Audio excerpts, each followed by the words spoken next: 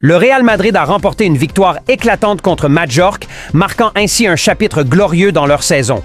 Est-ce que cette victoire est un signal pour le match retour contre City? Est-ce que le Real parviendra enfin à gagner à l'Etihad Stadium, histoire encore à suivre? Donnez vos avis dans les commentaires.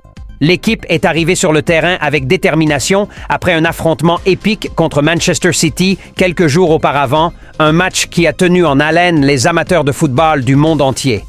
Ce duel a été marqué par des moments de génie et de suspense, se soldant par un score final de 3-3. Le match contre Majorque était crucial pour maintenir la dynamique gagnante du Real Madrid, mais aussi pour mettre la pression sur leurs rivaux, en particulier à la veille du Clasico tant attendu.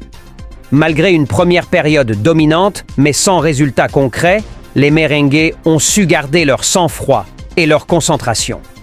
C'est alors qu'Aurélien Tchouaméni, le joueur qui incarne l'essence même de la détermination et du talent, a illuminé le terrain. Son but magistral dès le début de la seconde période a non seulement donné l'avantage à son équipe, mais a aussi captivé les cœurs des fans de football du monde entier. Sa contribution exceptionnelle a été saluée par les supporters du Real Madrid, qui voient en lui un véritable héros sur le terrain. Les enjeux de la rencontre entre Manchester City et le Real Madrid sont cruciaux, avec tout à jouer après le match nul de la semaine dernière, 3-3. Aucune équipe n'a un avantage net en termes de motivation. Selon vous, quelle équipe parviendra à se qualifier? Ce match apparaît comme une finale avant l'heure dans cette Ligue des Champions. Le Real Madrid est souvent très performant à la maison en C1, mais il a souvent plus de mal hors de ses bases. Manchester City n'a plus perdu depuis le 6 décembre. Man City est champion en titre.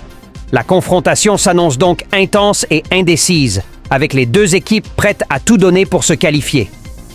En regardant l'historique des affrontements, on note que c'est la 3e année consécutive que ces deux géants se rencontrent en Ligue des Champions.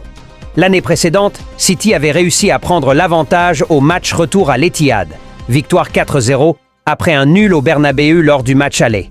Lors de la saison précédente, les Sky Blues avaient subi la détermination des Madrilènes lors du match retour, victoire chez eux lors du match aller 4-3.